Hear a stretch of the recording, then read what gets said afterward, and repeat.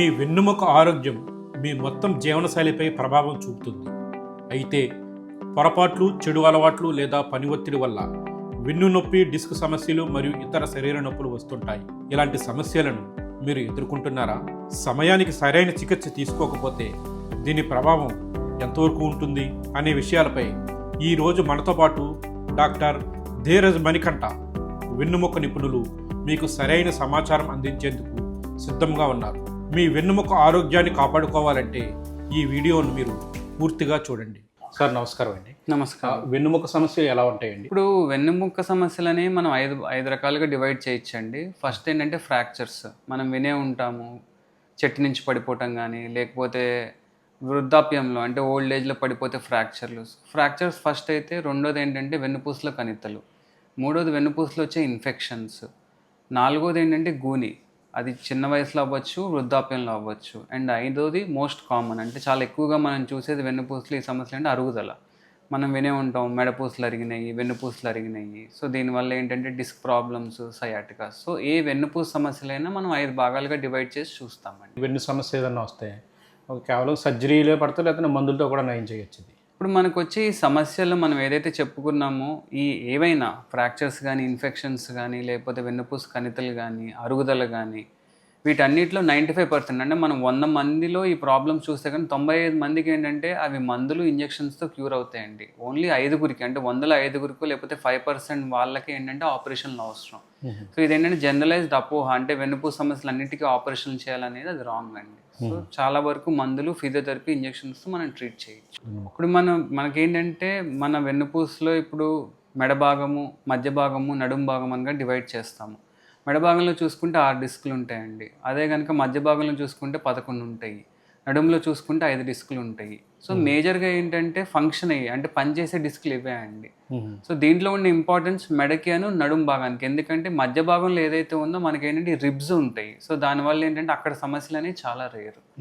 Most కామన్గా అంటే ఎక్కువ వాళ్ళకి సమస్యలు వచ్చి నడుము భాగం. ఎందుకంటే మనం నించినప్పుడు బరువు అంతా నడుము భాగం మీద పడుతుంది కాబట్టి మనం చాలా వరకు చూసేది నడుము భాగంలో ఉండే ప్రాబ్లమ్స్ అండి. ఈ వెన్నుముక్క సర్జరీ అంటే చాలామంది భయపడతారు, చాలా సమస్యలు ఎదుర్కొంటారు. అంటే ఇప్పుడు ఒకప్పుడు ఏంటంటే ఒక 20 ఏళ్ళ క్రితమో లేకపోతే 10 ఏళ్ళ క్రితమో ఈ స్పైన్ సర్జరీ అంటే వెన్నుపూస మీద ఉండే, వెన్నెముక మీద, వీటి మీద ఉండే శస్త్రచికిత్సల మీద ట్రైనింగ్ అనేది లేదండి. కాకపోతే ఇప్పుడు లాస్ట్ 5 years నుంచి ట్రైనింగ్ అనేది పెరిగింది, అవగాహన అనేది పెరిగింది, అండ్ అడ్వాన్స్ టెక్నాలజీ. ఇప్పుడు మన దగ్గర స్వతంత్ర హాస్పిటల్ కానీ, జిఎస్లో చూసుకుంటే కనుక ఇప్పుడు మన ఏ వెన్నుపూస సమస్య ఉన్నా ఓపెన్ సర్జరీ కానీ, ట్యూబులర్ సర్జరీ కానీ, ఎండోస్కోపీ లేటెస్ట్ అడ్వాన్స్మెంట్. నాకు తెలిసి ఉభయ గోదావరి జిల్లాలో ఎండోస్కోపిక్ స్పైన్ సర్జరీ మనం ఒక్కళ్ళమే చేస్తున్నాము. సో దీనివల్ల ఏమవుతుందంటే ఎండోస్కోపిక్ స్పైన్ సర్జరీ వల్ల అడ్వాంటేజెస్ ఏంటంటే పెద్ద నరం దగ్గరికి వెళ్ళినప్పుడు 40 రెట్లు పెద్దగా కనబడుతుంది నరం అనేది. సో డ్యామేజ్ అనేది ఆటోమేటిక్గా తక్కువ అవుతుంది. ఇంకోటి ఘాట్ అనేది ఒక చిన్న 1 centimeter పడుతుంది. దానివల్ల మజిల్ డ్యామేజ్ అంటే కండరానికి అయ్యే డ్యామేజ్ తగ్గుతుంది. బ్లడ్ లాస్ అంటే రక్తస్రావం అనేది తగ్గుతుంది. దీనివల్ల రికవరీ చాలా ఫాస్ట్గా ఉంటుంది. కాంప్లికేషన్స్ అని ఇప్పుడు బాగా తగ్గినాయండి. వెన్నుముక సమస్య అనేది పిల్లల్లో కూడా వస్తుందండి. ఈ వెన్నెముక సమస్య అనేది పిల్లల్లో చాలా కామన్గా వచ్చేది గూని అండి. మనం వినే ఉంటాము. గూని ఇప్పుడు 2 రకాలు, అంటే పక్కకు వంగటము లేకపోతే ముందుకు వంగటము. పక్కకు వంగేది స్కోలియోసిస్ అంటాము, ముందుకు వంగేది మనం ఏంటంటే కైఫోసిస్ అంటాం. సో ఏంటంటే ఈ గూని అనేది మనం పిల్లల్లో 2 రకాలుగా డివైడ్ చేయొచ్చు. పుట్టుకతో కొంతమందికి వస్తుంది, కొంతమంది ఎదుగుదల ఉన్నప్పుడు వస్తుంది. సో పుట్టుకతో వచ్చేదాన్ని కంజెనిటల్ అంటారు. వీటిల్లో ఏంటంటే చాలా వరకు ఎర్లీగా డిటెక్ట్ చేస్తాయి, అంటే త్వరగా డయాగ్నోస్ చేస్తే కనుక సర్జరీ చేస్తే వాటికి ఏంటంటే అవుట్కమ్స్ బాగుంటాయండి. అది ఎదుగుదలలో ఏదైతే వచ్చేదాన్ని ఇడియోపాథిక్ స్కోలియోసిస్ అని అంటాము. సో వీళ్ళల్లో ఏంటంటే మనం మళ్ళీ డివైడ్ చేస్తామండి. ఈ గూని కనుక 40 degrees కన్నా తక్కువ ఉంటే పట్టితో కంట్రోల్ చేయొచ్చు. 40 degrees కన్నా ఎక్కువ ఉంటే కనుక డెఫినెట్గా వీళ్ళకి ఆపరేషన్ అనేది అవసరం పడుతుంది. పెద్దలకి సర్జరీ చేస్తారు, పిల్లలకు కూడా సర్జరీ చేస్తారు. ఏది కష్టతరమైందండి? ఇది గుడ్ క్వశ్చన్ అండి. ఏంటంటే ఇప్పుడు పిల్లలకి, పెద్దలకి 2 కష్టమైనవి. ఎందుకంటే ఇప్పుడు మనం పిల్లల్లో చూసుకుంటే కనుక వాళ్ళ బాడీ వెయిట్ అంటే బరువు అనేది చాలా తక్కువ ఉంటుంది. సో వీళ్ళలో ఎముక అనేది పూర్తిగా తయారవ్వదు. సో స్క్రూలు వేయడం అంత సులువు కాదు. ఇంకొకటి ఏంటంటే రక్తం అనేది వీళ్ళలో మనం ఎక్కువ లాస్ అనేది మనము యాక్సెప్ట్ చేయలేము. సో పిల్లల్లో ఏంటంటే ఈ 2 మేజర్ ఇష్యూస్ మనకి. అండ్ ఇంకోటి పిల్లల్లో ఉండే వెన్నుపూస పెరుగుతుందండి ఏజ్ పెరుగుతున్న కొద్దీ. సో మనం స్క్రూ రాడ్ వేసినా అది ఇరిగిపోయే ఛాన్సెస్ చాలా ఎక్కువ ఉంటుంది. సో వీళ్ళకి ఏంటంటే లాంగ్ టర్మ్ ఫాలోఅప్, అంటే ఎక్కువ రోజులు వీళ్ళని మనం చూడాలి. అది ఇంకో స్పెక్ట్రమ్కి వస్తే వృద్ధాప్యంలో ఏంటంటే ఆపోజిట్. ఇప్పుడు ఏంటంటే వయసు పెరుగుతున్న కొద్దీ బోన్లో కాల్షియం అనేది తగ్గుతూ ఉంటుంది. సో వీళ్ళల్లో ఏంటంటే స్క్రూ అనేది పట్టు ఉండదు. సో మనం ఏంటంటే వృద్ధాప్యంలో కూడా గూని అనేది చూస్తాము. ఎందుకంటే ఇప్పుడు మగవాళ్ళలో కానీ ఆడవాళ్ళలో కానీ 60 ఏళ్ళు దాటిన తర్వాత కాల్షియం అనేది చాలా తగ్గిపోతూ ఉంటుంది. దానివల్ల ఏంటంటే ఇప్పుడు మనకి ఈ వెన్నుపూసలో ఉండే ఎముక ఇలా ఉండాల్సింది ఇదేంటంటే చిన్నదైపోతుంది, తగ్గిపోతుంది, కాల్షియం తగ్గిపోతుంది. దానివల్ల గూని అనేది తయారవుతుంది. సో వీళ్ళల్లో ఏంటంటే ఇంకోటి 60 ఏళ్ళు దాటిన వాళ్ళకి ఈ రోజుల్లో షుగరు, బీపీ ఇలాంటివన్నీ ఉండడం వల్ల సో జనరల్ అనెస్థీషియా అంటే బాడీ మొత్తానికి మత్తు ఇవ్వడం అనేది సో అదొక ప్రాబ్లము. సో ఏంటంటే పిల్లలు అంటే లెస్ దెన్ 10 ఇయర్స్ అలానే మనం మోర్ దెన్ 60 ఇయర్స్ అంటే 60 ఏళ్ళు పైబడిన వాళ్ళల్లో ఇద్దరిలో సర్జరీస్ అనేది చాలా జాగ్రత్తగా చేయాలి. సో దీనికి ఏంటంటే దెన్ ఇలాంటి వాళ్ళలో టీమ్ అనేది వెరీ ఇంపార్టెంట్ అండి. ఒక స్పైన్ సర్జన్ కానీ, దానికి సంబంధించిన మత్తు డాక్టర్ కానీ, అలానే పోస్ట్ ఆప్ కేర్ కానీ, సో ఇవన్నీ important and advance technology. So వీటన్నిటి ఉంటే కనుక ఏ ఏజ్లో అయినా స్పైన్ సర్జరీ అనేది సేఫ్. ఈ వెన్నుముక ఎదుగుదల ఏ ఏజ్ వరకు ఉంటుంది? ఈ వెన్నెముక ఎదుగుదల అనేది కనుక మనం చూసుకుంటే 14 to 16 ఇయర్స్ వరకు చెప్పుకుంటామండి. ఆడవాళ్ళల్లో అయితే అంటే ఫీమేల్స్లో అయితే కనుక 14 ఏళ్ళ వరకు, అదే కనుక అబ్బాయిల్లో చూసుకుంటే కనుక 16 ఏళ్ళ వరకు. యూజువల్గా ఎలా చూస్తామంటే అమ్మాయిల్లో కనుక ఎప్పుడైతే పీరియడ్స్ అనేవి స్టార్ట్ అవుతాయో మనం పెద్ద మనిషి అయింది అంటాం కదా, సో అక్కడి నుంచి 2 years వరకు గ్రోత్ అనేది ఉంటుంది. అబ్బాయిలు ఏంటంటే కామన్గా 16 years అని మనం చూసుకుంటామండి. సో గ్రోత్ అనేది ఆ ఏజ్ వరకు ఉంటుంది. ప్రధానంగా ఈ సమస్యను ఎక్కువ మగవారిలో ఎక్కువ వస్తుంది లేదా ఆడవారిలో వస్తుంది? మనం గూని చూసుకుంటే కనుక పుట్టుకతో వచ్చే గూని ఏదైతే కంజనైటల్ స్కోలియోసిస్ అని చెప్పామో అది మాత్రం ఏంటంటే ఆ అబ్బాయిల్లో అమ్మాయిల్లో కామన్ అండి. బట్ ఎదుగుదలలో ఇడియోపాథిక్ స్కోలియోసిస్ ఏదైతే చెప్పానో అది మాత్రం అమ్మాయిల్లో ఎక్కువ వస్తుందండి అబ్బాయిల కన్నా. సో దీనికి రీజన్స్ అనేవి ఏంటంటే ఎగ్జాక్ట్గా తెలియదు కాబట్టి దీన్ని ఇడియోపాథిక్ స్కోలియోసిస్ అని అంటాం. ఒక పేషెంట్ని సర్జరీకి ప్రిపేర్ చేసినప్పుడు మీరు ఎలా కౌన్సిలింగ్ ఇస్తారు? కౌన్సిలింగ్ అనేది చాలా ఇంపార్టెంట్ అండి, అంటే ప్రతి సర్జరీలో. బట్ స్పైన్ సర్జరీకి వస్తే కనుక ఇంకా ఎక్కువ ఇంపార్టెంట్.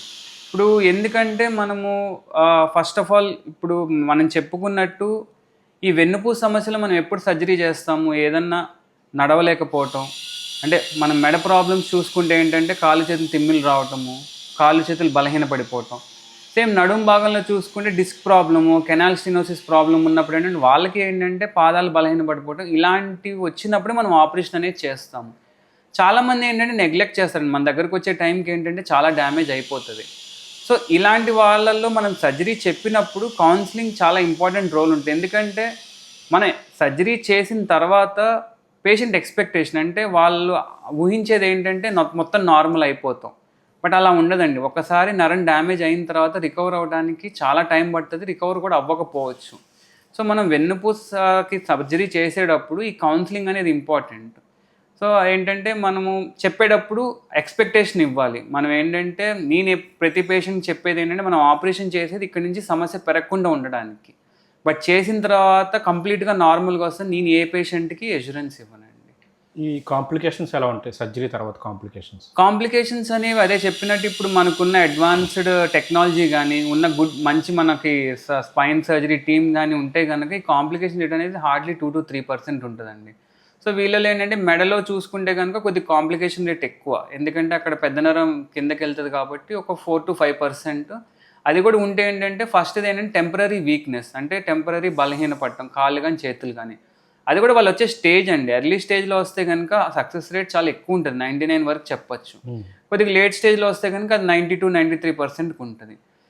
సో నెక్స్ట్ ఏంటంటే ఇన్ఫెక్షన్స్. వృద్ధాప్యంలో సర్జరీలు చేసామనుకోండి, షుగర్ ఇలాంటివి ఉంటే ఏంటంటే హీలింగ్ కెపాసిటీ అనేది ఉండదు, దానివల్ల ఇన్ఫెక్షన్ రేట్ ఎక్కువ ఉండొచ్చు. సో ఇవే మేజర్ కాంప్లికేషన్. మీరు ఎర్లీ స్టేజ్లో రావాలంటున్నారు కాబట్టి అందరికీ తన సమస్యను గుర్తించలేరు కదా. ఈ ప్రాథమికంగా దీన్ని ఎలా గుర్తించాలి?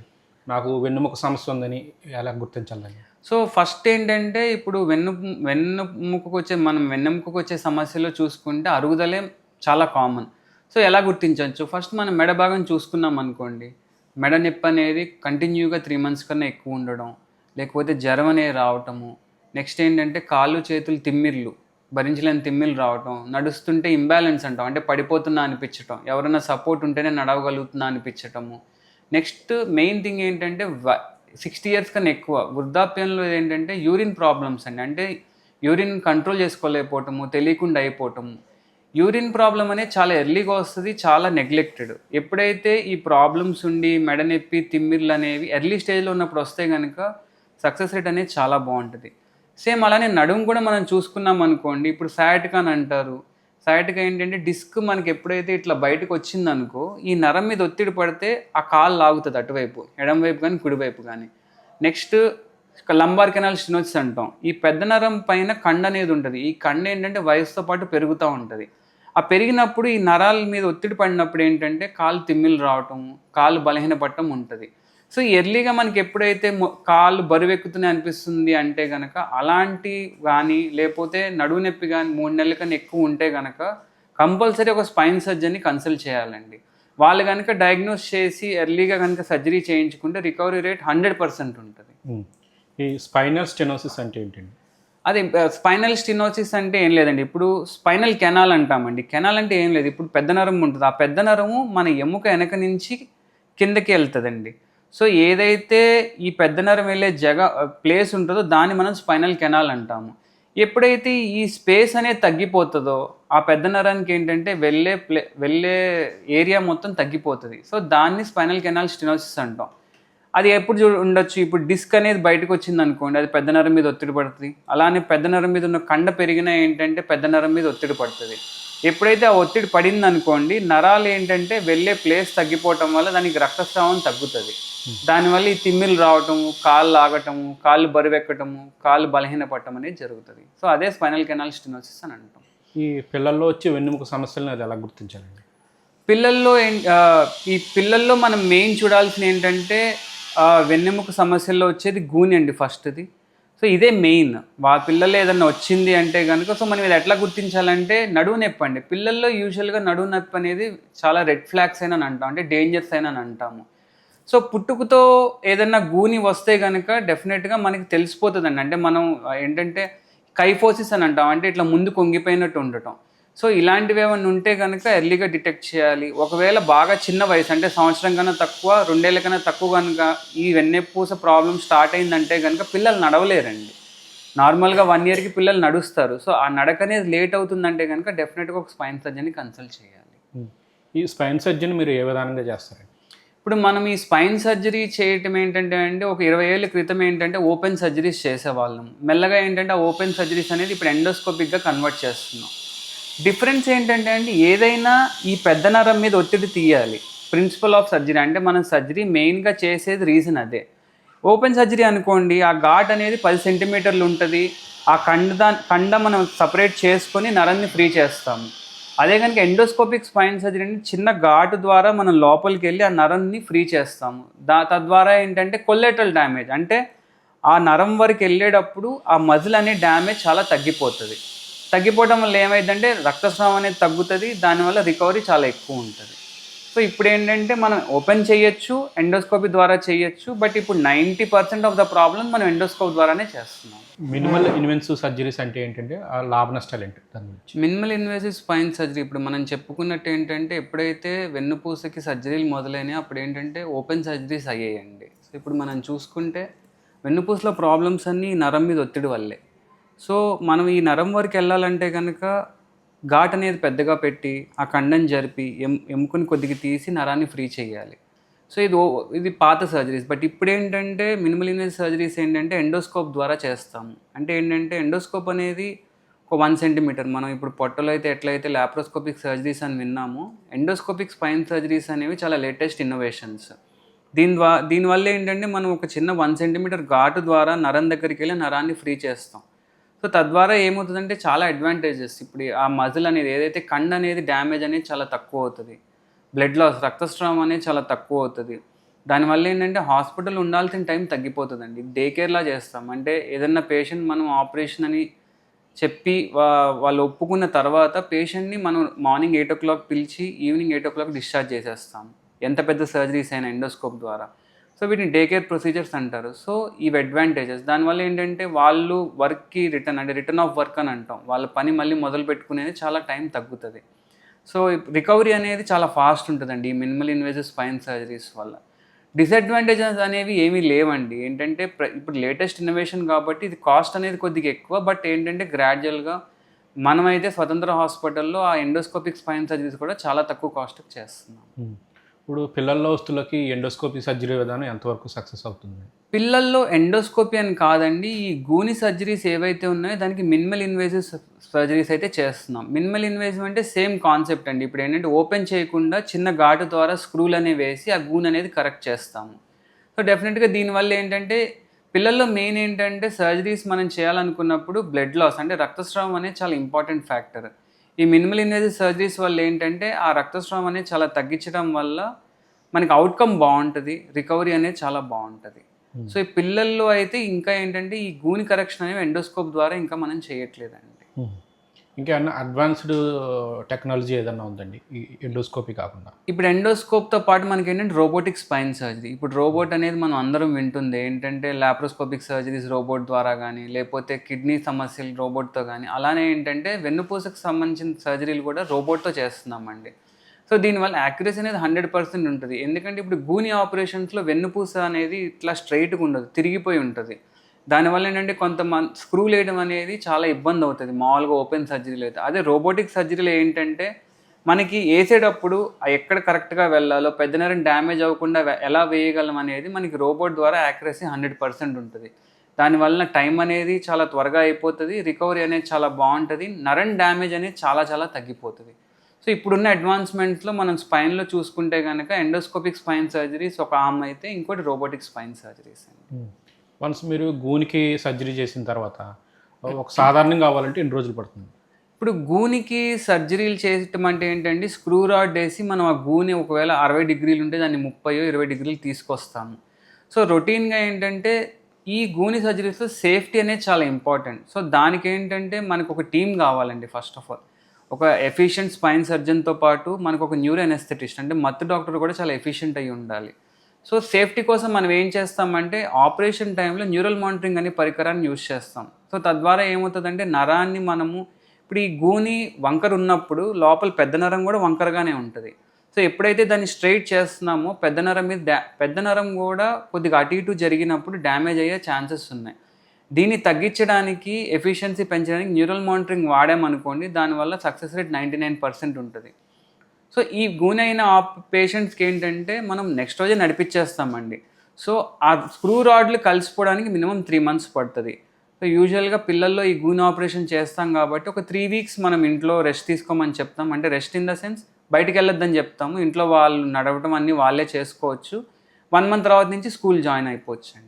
సో ఏంటంటే ఇంత ముందులాగా గూని ఆపరేషన్ చేస్తే మంచానికే పరిమితం అనే కాన్సెప్ట్ ఇప్పుడు లేదు. ఓకే. ఇప్పుడు ఈ గూని అన్నారు కదా, ఈ గూని అన్నది పుట్టుకతో వస్తుందా లేదంటే ఏదైనా మన లైఫ్ స్టైల్లో మారడం వల్ల వస్తుందా?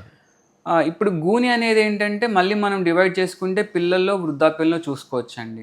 పిల్లల్లో ఏంటంటే గూనికి 2 కారణాలు. ఒకటి పుట్టుకతో, ఇప్పుడు మనం వినే ఉంటాం కొంతమంది పిల్లలు పుట్టడంతో ఏంటంటే కిడ్నీ సమస్యలో, లేకపోతే గుండె సమస్యలో, లేకపోతే ఏవైతే సిండ్రోమ్స్ అని అంటాం అంటే మల్టిపుల్ ప్రాబ్లమ్స్తో పుట్టిన వాళ్ళకి ఒక కాంపోనెంట్గా గూని కూడా ఉంటుందండి. సో అలాంటివి ఏంటంటే కనుక పుట్టుకతో వచ్చినప్పుడు ఏంటంటే 90% ఏంటంటే అవి పెరుగుతాయి. అవి పెరిగే ఛాన్స్ ఉంది. ఒక 10% పెరగకుండా ఉండొచ్చు. సో ఈ పెరిగే 90% మాత్రం డెఫినెట్గా ఏదో ఒక రకమైన శస్త్రచికిత్స అవసరం పడుతుంది.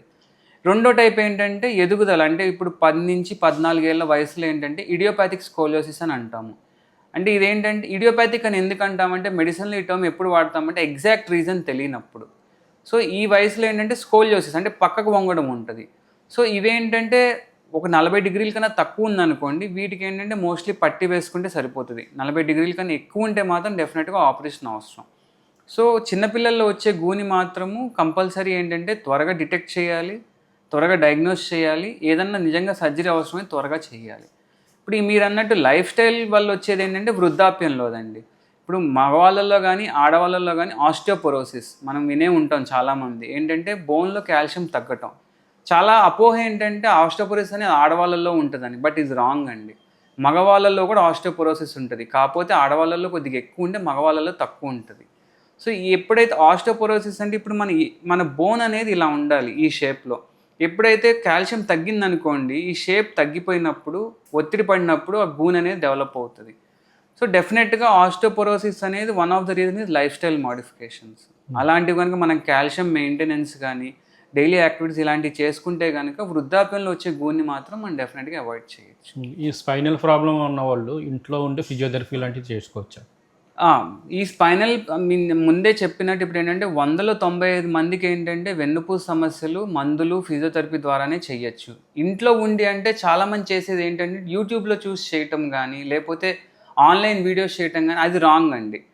డెఫినెట్గా ఇంట్లో ఉండి ఫిజియోథెరపీ చేసుకోవచ్చు. కాకపోతే ఒక స్పైన్ సర్జన్ని కన్సల్ట్ చేసి వాళ్ళ అడ్వైస్ మీద ఒక ఫిజియోథెరపిస్ట్ని అటాచ్ చేసినప్పుడు అదే ఏంటంటే ఎక్సర్సైజ్లు ఇంట్లో చేసుకోవచ్చు.